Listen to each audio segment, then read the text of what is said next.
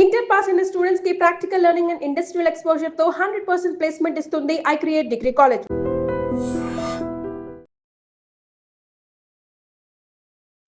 నమస్కారం, welcome to I dream. ధర్మ మార్గం విత్ విజిత కార్యక్రమానికి స్వాగతం.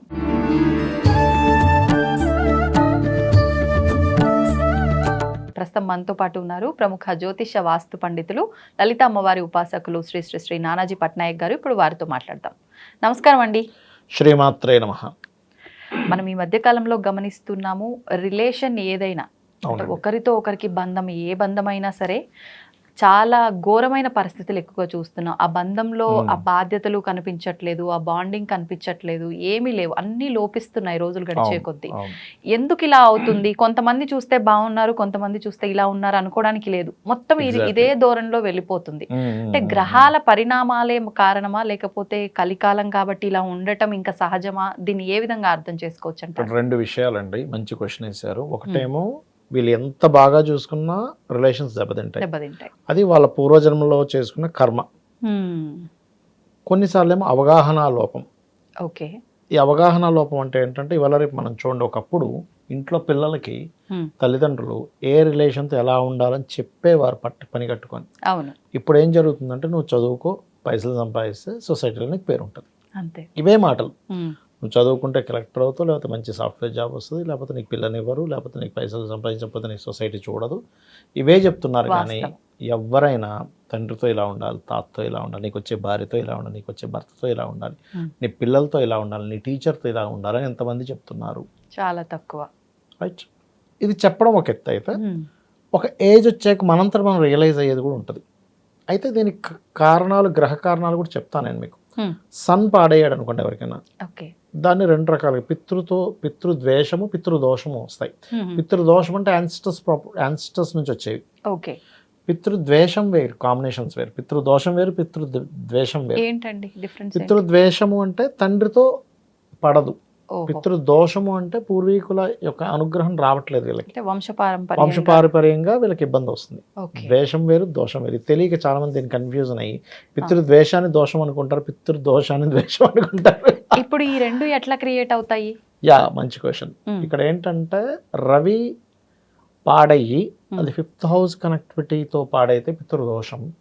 జనరల్గా రవి పాడయ్యి 9th హౌస్తో కనెక్ట్ అయ్యి పాడైతేనేమో పితృద్వేషం. Different is there. రవి రాసుల్లో రాహు శని రెండు గ్రహాలున్న పితృదోషం అవుతుంది. ఈ పితృదోషం ఎవరికైనా వాళ్ళకి స్త్రీ సంతానం కలిగితే మళ్ళీ పోతుంది, అక్కడికి కట్ అయిపోతుంది, ఇంకా ఉండదు. ఇంకా పితృదోషం. ఆడపిల్లలు పుట్టారు, పితృదోషం ఉంది, ఏం టెన్షన్ పడద్దు. అయితే రవి పాడైతేనేమో తండ్రితో ఉండే రిలేషన్స్ పాడవుతాయి, చంద్రుడు పాడైతేనేమో తల్లితో. న్యాచురల్గా బుధగ్రహం ఎవరికైనా పాడైంది అంటే వాళ్ళకి అందరితోనే ఏదో కూడా. ఎందుకంటే బుధుడు వాక్కు కారకుడు, బుధుడు రిలేషన్స్కి కారకుడు. అందుకే బుధగ్రహం బాగున్న వాళ్ళు మంచి వక్తలు అవుతారు. అందుకే ఈ ప్రవచనాలు చెప్తుంటారు చూసారా, వాళ్ళందరికీ మెర్క్యూరీ చాలా బాగుంటుంది, లేదా 3rd హౌస్ బాగుంటుంది.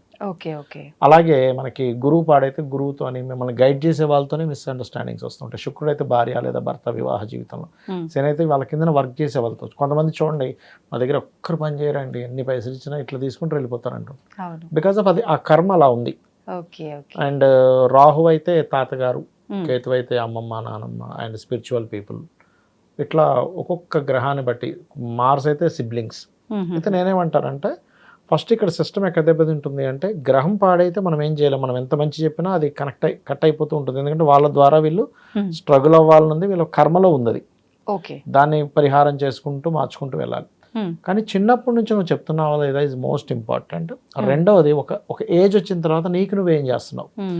నేనేమడుగుతానంటే, అసలు ఎవరైనా జీవిత భాగస్వామితో ఇలా ఉండాలని ఎప్పుడైనా ఎవరైనా అనాలిసిస్ చేసుకొని రాసుకున్నారా? మనం ఒక ఇంటర్వ్యూకి వెళ్తే రాసుకుంటాం, అక్కడ ఎలాంటి క్వశ్చన్స్ అడుగుతారు, ఎట్లా ఉండాలి, మంచి నీట్ డ్రెస్ వేసుకోవాలి, కాన్ఫిడెంట్గా ఉండాలి, కళల్లో చూసి మాట్లాడాలి, హ్యాండ్ మూమెంట్ బాగుండాలి, ఇవన్నీ తెలుసుకుంటున్నాం. ఏది ఒక అరగంట సేపు, గంట సేపు అయ్యే ఇంటర్వ్యూ కోసం ఇన్ని ప్రిపేర్ అవుతున్నాం. జీవితాంతం ఉండే జీవిత భాగస్వామితో ఎలా ఉండాలని ఎవరైనా చెప్తున్నారా? This is the main point. ఎలా ఉన్నా ఎక్కడికి వెళ్ళరు అనే ధీమాతోనే ఉంటున్నారు. ఎగ్జాక్ట్లీ. కానీ నేనేమంటానంటే, ఆ జాబ్ కంటే ఇది ఇంకా ఇంపార్టెంట్, రిలేషన్ అనేది. భార్యతో ఎలా ఉండాలి, ఒక ఎమోషన్ బాండింగ్ అది. ఎందుకంటే నీకు రేపు పొద్దున్న బాగోపోతే భార్యకి కానీ భర్తకి కానీ ఫస్ట్ ఫస్ట్ కంటి తడిపెట్టుకునేది భార్య అంతే ఆరు భర్త. ఆ ఎమోషన్ బాండింగ్. అవును రోడ్డు మీద పోయేవాడు బాస్ ఏం కంటతడి పెట్టుకోడు, ఏదో బాగా వాళ్ళిద్దరి మధ్య friendship, that is different case. ఏమున్నా కొంత లిమిటే అది. తల్లే కదా, తల్లి తండ్రే కదా, నీకు ఏదైనా ఇబ్బంది అయితే భార్యే కదా, పిల్లలే కదా. అంటే నువ్వు ఈ రిలేషన్ని అసలు నువ్వు ఎలా ఉండాలని ఒక బుక్లో రాసుకోమంటా నేను. అంటే భార్యతో ఎలా ఉండాలి, ఎలాంటి దరిద్రమైన సిచ్యువేషన్స్ వచ్చినా నవ్వుతూ ఉండాలంట భార్యాభర్తల విషయంలో. నేను స్మైల్, నవ్వుతూ తీసుకో, టెన్షన్ పడకుండా తీసుకో. ఇది నేను ఒక్క రోజులో చెప్పే మాట కాదు, నేను ఒక 25 years ఆఫ్ అనాలిసిస్లో చెప్తున్నా. ఇది తక్కువ సమయం ఏమి కాదైతే వినాల్సిందే. నేను కూడా ఒకప్పుడు ఆవేశంగా ఉండవాడిని, కానీ అనాలిసిస్ చేసుకుంటూ ఉంటే అసలు ఎందుకు ఆవేశపడుతున్నాము అంటే కొన్ని విషయాలు వాళ్ళకి అమాయకంగా తెలియవు.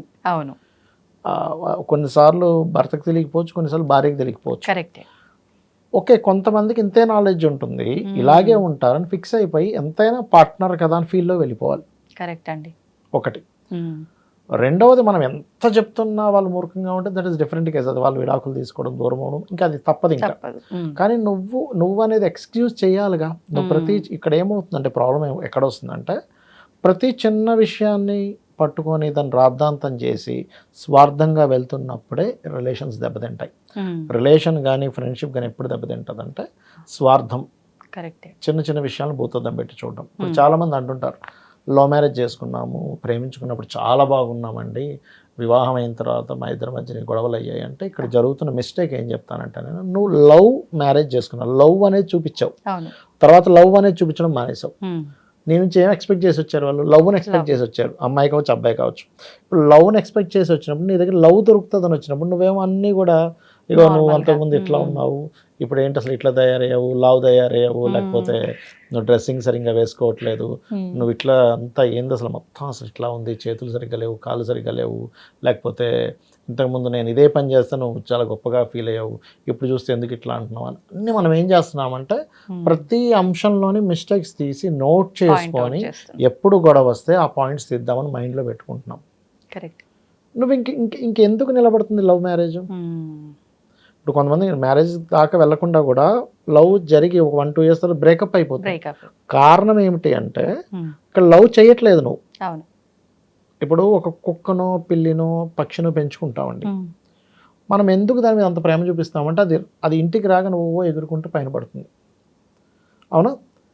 అది ఎక్కడా కూడా అదే కనుక మళ్ళీ ఇంకొక రకంగా దానికి మాటలు వచ్చి మనల్ని పాయింట్అవుట్ చేస్తుంటే మనం దాన్ని కూడా దూరం పెడతాం. అంతే. అవును, దాని నుంచి రియాక్షన్ వేరే రకంగా లేదు. దాని నుంచి రియాక్షన్ మీకు 24/7 మీరు ఏ రోజు ఇంటికి వచ్చినా ఏ టైంలో ఇంటికి వచ్చినా అది ప్రేమనే చూపిస్తుంది. అందుకని మీరు దాన్ని వదలలేకపోతున్నారు. కరెక్ట్. ఇక్కడ మనిషి విషయంలో కూడా నువ్వు ప్రేమను చూపిస్తున్నంతసేపు నేను వదిలిపెట్టరు. నువ్వు ఎప్పుడైతే క్యాలిక్యులేషన్స్లోకి వెళ్ళి తప్పులు తీస్తూ ఉంటావో ఏ రిలేషన్ నిలబడదంటా నేను. ఇక్కడ మనం ఏం చేయాలంటే ఫస్ట్ గురువుతో ఎలా ఉండాలి, గురువుతో ఒక రిలేషన్ మెయింటైన్ చేయాలి. గురువు అనే భావన ఉండాలి. తండ్రితో ఎలా ఉండాలి, తండ్రితో గౌరవంగా ఉండాలి, తల్లితో ప్రేమగా ఉండాలి. అలాగే ఒక ఫ్రెండ్తో ఫ్రెండ్లీగా ఉండాలి. ఫ్రెండ్ అనే పేరు ఉంది అక్కడ, ఫ్రెండ్లీగా ఉండాలి.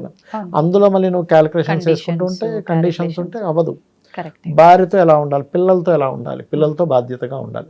నీ బాధ్యత అనే ఒక ఇది కట్ అయిపోయినప్పుడు పిల్లలతో రిలేషన్ కట్ అయిపోద్ది. నీ భార్యతో ఉండే ప్రేమ లేకపోతే ఒక రకమైన ఫీల్ ఎప్పుడైతే కట్ అయిపోయిందో అది ఉండదు.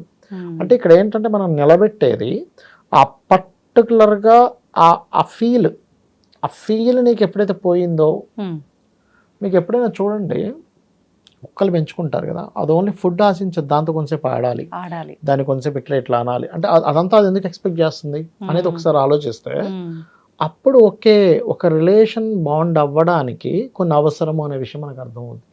అది ఏం అవసరం అనేది మీరు కనుక అర్థం చేసుకోకపోతే అది నిలబడదు. ఒక కారు మెయింటైన్ చేసేటప్పుడు కూడా దానికి ఇంజిన్ ఆయిల్ వేస్తాం, ఇంకోటి ఏదో వేస్తాం, లేకపోతే స్టీరింగ్ టైట్ అయిపోతుంది, లేకపోతే పాడైపోతుంది. అంటే దాని మెయింటెనెన్స్ కొన్ని చేస్తున్నాం. మన బాడీ మెయింటెనెన్స్ కొన్ని చేస్తున్నాం. ఈ ఫుడ్ తీసుకోవాలి, ఈ వైటమిన్స్ ఉంటున్నాయి, లేకపోతే ఒక వ్యక్తి పిల్లలు చదవకపోతే ఇంకొంచెం ఎక్స్ట్రా ట్యూషన్ చెప్పించుకుంటున్నాం. లేకపోతే మన మీటింగ్స్ చూడండి, మనకి పెద్ద పెద్ద కంపెనీస్లో ఇప్పుడు ఇందులో కూడా జరుగుతాయి నాకు తెలుసు. ఎవ్రీ 1 week ఒకసారి మళ్ళీ వాళ్ళకి ఎప్పటికప్పుడు మోటివేట్ ఎందుకు చేస్తున్నాం? బికాస్ ఆఫ్ మనిషి లో అవ్వకుండా ఉండడం కోసం. అట్లాగే నేనేమంటానంటే ఎప్పటికప్పుడు మీ లైఫ్లో మీ రిలేషన్స్ చెక్ చేసుకుంటూ ఉండండి. భార్యతో నాకు ఎలా ఉంది, భర్తతో ఎలా ఉంది, తండ్రితో ఎలా ఉంది, ఫ్రెండ్స్తో ఎలా ఉంది. ఒక్కొక్క సెక్టార్ ఒక్కొక్క ఇదిగా ఉంటుంది. మీరు అది చెయ్యట్లేదంట. రిలేషన్స్ పాడవడానికి కారణం ఏంటంటే, ఒకటి ప్రపంచం మొత్తం డబ్బునే చూసి వస్తున్నారు కదా, నేను డబ్బే సంపాదించుకోవాలి. అవును, అంటే డబ్బు ఉంటేనే రెస్పెక్ట్ ఉంది, రెస్పెక్ట్ ఉంటుంది కానీ ప్రేమ ఉండాలని రూల్ లేదంట. లేదు, రెస్పెక్ట్ ఉంటుంది, అది కొనుక్కుంటే వచ్చేది కాదని ఎవరికి తెలియట్లేదు. ఎగ్జాక్ట్లీ, మీరు మంచి వర్డ్ వాడారు. ఎందుకంటే అది కొనుక్కుంటే వచ్చేది, మనసు లోపల నుంచి రావాలి. అవును, ఎప్పుడు కూడా తల్లి ఎందుకు బిడ్డను అంత ప్రేమిస్తుంది అంటే, ఓన్ చేసుకుంటుంది. నా బిడ్డ, వాడు పొట్టిగున్నా, పొడవుగున్నా, సన్నగున్నా, దొడ్డుగున్నా వాడు నా బిడ్డ, అంతే అంతే అంతే. అట్లాగే అమ్మాయి ఎలా ఉన్నా, అబ్బాయి ఎలా ఉన్నా, వాడు నా భర్త, వాడు నా భార్య అనే ఫీల్ ఉండాలంటున్నాను నేను. అది లేకపోతే ఈ క్యాలిక్యులేషన్స్ ఎప్పుడైతే మధ్యలోకి వస్తాయో, చిన్నప్పటి నుంచి ఎప్పుడైతే మనం చెప్పట్లేదో, చెప్పని ఒక లోటు ఒకటి, వీళ్ళు అనాలిసిస్ చేసుకున్న లోటు ఒకటి, ఇవన్నీ ఒక ఎత్తు అయితే డబ్బే ప్రధానం, డబ్బునే ప్రధానం కాదనట్లే, కానీ ఉండాలి. కానీ ఇవి కూడా మెయింటైన్ చేయాలంట. ఇవి మెయింటైన్ చేయాలనేటువంటి విషయం మనం చెప్పకపోవడం వల్ల, వాటి వాల్యూస్ తెలియకపోవడం వల్ల, వాళ్ళకి ఎప్పుడో ఒక సమయంలో రియలైజ్ అయ్యి అప్పుడు వాళ్ళకి తెలిసేసరికి ఇవన్నీ అయిపోతాయి. నిజం. అవును, చాలా విడిపోవడానికి కారణం కూడా మీరు చెప్తుంటే నిజంగా రియల్ లైఫ్ లో జరిగేవన్నీ కళ్ళకు కట్టినట్టుగా చెప్తున్నారు కదా అనిపిస్తుంది. ఎందుకంటే అది ఆ క్యాలిక్యులేషన్స్ అవి తెలుసుకోవట్లేదండి. నేనేమంటానంటే, తల్లిదండ్రులు సరే పిల్లల్ని చదవండి, ఇవి చేయండి అని చెప్తున్నారు. ఇవి కూడా కొంచెం సేపు అయినా సరే చెప్పాలంట, అర్థమయ్యేలా చెప్తూ ఉండాలి. చిన్నప్పుడు అర్థం కాకపోవచ్చు, కానీ ఒక లైఫ్లో ఒక పాయింట్ దగ్గరికి వెళ్ళాక అప్పుడు రిపీట్ అవుద్ది. అరే ఆ రోజు అమ్మ చెప్పింది నాకు, నాన్న చెప్పాడు నాకు, వాట్ ఈజ్ వాట్. నేను ఏమంటానంటే, ఒక పక్షిని తీసుకొచ్చి పెంచుకుంటేనే మీరు గూగుల్లో సెర్చ్ చేస్తున్నారు, అదేం తింటుంది, అదేం తాగుతుంది, దాని సైగలు ఏంటి అని. నువ్వు ఒక మనిషితో రిలేషన్లో ఉన్నప్పుడు అక్కడ ఏమిటి ఫీల్ అనేది నువ్వు అర్థం చేసుకోకపోతే అట్లా. ఒక తల్లి కనుక తండ్రి ఇంత కష్టపడతాడు అనే తండ్రి గురించి అనాలిసిస్ చేసినప్పుడు, ఆ పిల్లవాడు తండ్రిని చూసే కోణం వేరే ఉంటుంది. లేదా తల్లి మీద అరుస్తున్నాడు అనుకోండి పిల్లడు, అమ్మాయి కావచ్చు అబ్బాయి కావచ్చు, అరే మీకు ఏం తెలుసురా, ఇంట్లో ఎంత పని ఉంటుంది మీకు తెలుసా అసలు అని ఒక తండ్రి పిల్లలకి చెప్పినప్పుడు తల్లిని చూసే కోణం వేరే ఉంటుంది. కరెక్టే. ఒక ఏజ్ వచ్చాక అది డిస్టర్బ్ అవుతుంది. ఎంతైనా సరే ఒక ఏజ్ వచ్చాక మేము గొప్పలం అయిపోయామని ఫీలింగ్ వస్తుంది పిల్లలకు, 16 ఏళ్ళు 18 ఏళ్ళు వచ్చేసాక. కానీ అప్పటి వరకు లేదు, అప్పుడు ఎందుకు వస్తుంది, ఒక ఎంగేజ్ వచ్చింది, మనం అక్కడ సెట్ చేయగలగాలి. వాళ్ళకి కొంచెం మెచ్యూరిటీ ఉంటది కాబట్టి మనం కొంచెం ఇవ్వగలిగితే వాళ్ళు థింక్ చేయగలుగుతారు. ఆ కొంచెం ఇవ్వకపోవడమే రిలేషన్స్ దెబ్బతింటున్నాడు. అందులో వాళ్ళకి పర్టికులర్గా ఆ ప్లానెట్ పాడైంది అనుకోండి, ఇంకా పాడైపోతాయి. ఓకే, అంటే ఆ 5 లేదు, అయిపోయింది సింపుల్. ఒకవేళ ఇప్పుడు అట్లా పాడైనప్పుడు అది పక్కన పెడితే మనం ఇచ్చే మోటివేషన్ వల్ల, పరిస్థితులు బాగా క్రియేట్ చేయడం వల్ల ఇది అంత ఎఫెక్ట్ అవ్వదంటారా? ప్లానెట్ కొంత సెట్ అవుద్దండి. మన మానసిక స్థితి, మన ఆలోచన విధానం, మనం చేసే కర్మే కదా. ఇప్పుడు మనం చూడండి, ఇది అనుభవిస్తున్నా అంటే మనం ఏం చెప్తాం, పాస్ట్ లైఫ్లో ఈ కర్మ చేశాడు కాబట్టి కర్మ అనుభవిస్తున్నాడు అంటున్నాం. మరి ఇది కూడా కర్మే కదా. మాట్లాడే విధానంలో కానీ, చూసే కోణంలో కానీ, ఇది కూడా ఒక కర్మే కదా. సో ఈ కర్మ దీనికి కనెక్ట్ అవుద్ది కదా అంటారు నేను. ఆ ప్లానెట్ పర్టికులర్గా పాడైనందుకు ఆ ప్లానెట్కి సంబంధించి దానం ఇస్తాము, జపం చేసుకుంటాం, అదంతా ఓకే. కానీ ఇది కూడా చెయ్యాలంట. ఇప్పుడు హోరా ఉంటుంది మనకి, హోరాలో కుజహోర ఎక్కువ గొడవలు అవుతాయి, లేకపోతే రవిహోర ఎక్కువ డిగ్నిఫైడ్ ఉంటారు, చంద్రహోర ఎక్కువ ప్రయాణాలు ఉంటాయి. ఇప్పుడు కుజహోర వచ్చింది 1 అవర్ జాగ్రత్తగా ఉండాలంటే ఎఫెక్ట్ ఉండదు దాన్ని, ఎందుకంటే మీకు అర్థమైపోయింది, అలర్ట్గా ఉంటాం, అది పనిచేస్తుంది అంట నేను. ఓకే, అవును. అంటే నేను కొన్ని సందర్భాల్లో గమనించా, ఏదైనా ఇబ్బంది ఉంది, ఈ సిచ్యువేషన్ ఇక్కడ నుంచి ఇంకో దగ్గరికి వెళ్ళాలి అనిపించినప్పుడు నేను ఒక దాని మీద గట్టిగా కూర్చున్నాను అని అంటే అది అక్కడికి సాల్వ్ అయిపోతుంది, నేను ఇంకో స్టెప్ వేయాల్సిన అవసరం ఉండదు. నిజమే ఇది. అంటే ప్రతి ఒక్కరి లైఫ్ లో ఉండొచ్చు అలా. మన మనోసంకల్పం అంటే మనసుకు కారకుడు చంద్రుడు. ఈ 9 ప్లానెట్స్ లో చంద్రుడు దగ్గరగా ఉంటాడు మనకి. అందుకే సంకల్పం, మీ మనోసంకల్పం గొప్పదైతే దేనైనా అధిగమించవచ్చు అంటారు. So moon power is most important వీటన్నిటికంటే కూడా. సో మూన్ అన్నిటికంటే దగ్గరగా ఉండే ప్లానెట్ మనకి మూన్ అండ్ సన్. అంటే ఆత్మసంకల్పము, మనోసంకల్పం, ఆత్మస్థైర్యము, మనోసంకల్పం. సో ఆత్మస్థైర్యం ఉండే మనోసంకల్పం చేసుకుంటే ఈ మిగతా 7 ప్లానెట్స్ ఏవైతే ఉన్నాయో వీటికంటే ఇవి ఎక్కువ ప్రభావితం చేస్తాయి. కాబట్టి నువ్వు స్ట్రాంగ్గా ఉండడం వల్ల ఇవన్నీ కూడా సపోర్ట్ చేస్తాయి ఆటోమేటిక్గా. ఓకే, ఇప్పుడు అంటే ఈ గ్రహాలు బ్యాలెన్సింగ్ కరెక్ట్గా ఉండాలి అంటే ఎప్పుడో బాగోలేనప్పుడే మేము ఇది చేస్తాం అన్నట్లుగా కాకుండా నిత్య జీవితంలో దీనికి సంబంధించిన విధానాలు అలవాటు చేసుకుంటే బెటర్ ఏమో కదండి. అవును, ఎందుకంటే ఇక్కడ ఫస్ట్ ఆఫ్ ఆల్ మనకి నవగ్రహ ప్లానెట్స్ ఉంటాయి కదా టెంపుల్లో, అక్కడికి వెళ్ళి దీపారాధన చేయడం ప్రాక్టీస్ చేయాలి ఫస్ట్. నిత్య దేవతారాధన ఖచ్చితంగా బ్యాలెన్స్ అవుతుందండి, అందులో డౌట్ ఏం లేదు. అందులో పర్టికులర్గా మీరు ఇప్పుడు అంటే ఎలా అంటే, ఇప్పుడు ఒక మనిషి హెల్త్ కోసం ఒక రిపోర్ట్ తీసుకుంటారు, అన్ని టెస్ట్లు చేయించుకొని, ఏది బాగుంది ఏది బాగాలేదు, ఈ వైటమిన్స్ తగ్గాయి, B12 తగ్గింది, లేకపోతే ఫలానా తగ్గింది అని మనం ఒక ఇంజెక్షన్ తీసుకుంటాం. అంతే. అలాగే ప్లానెట్స్లో ఏది వీక్గా ఉంది, ఏది స్ట్రాంగ్గా ఉందో తెలుసుకొని వీక్గా ఉన్న వాటికేమో జపం చేయించుకోవడమో దీపారాధన చేయడమో చేస్తూ స్ట్రాంగ్గా ఉండేటువంటి తెలుసుకొని ఆ రోజుల్లో మీరు ఏదైనా ఒక ముఖ్యమైన పని ప్రారంభిస్తే కూడా బాగుంటుంది. అలాగే ఇప్పుడు మనం ఈ ప్లానెట్స్లో ఏది బాగుందో బాగాలేదు చూసుకొని ఆ రిలేషన్ వాళ్ళతో మీరు ఏదైనా బిజినెస్ చేస్తే కూడా బాగుంటుంది. ఇప్పుడు సన్ బాలేడు, మీరు తండ్రితో చేస్తే అంత కలిసి రాదు అక్కడ. మూన్ బాలేడు, అత్త లేకపోతే తల్లిగారు వారితో బాగోదు.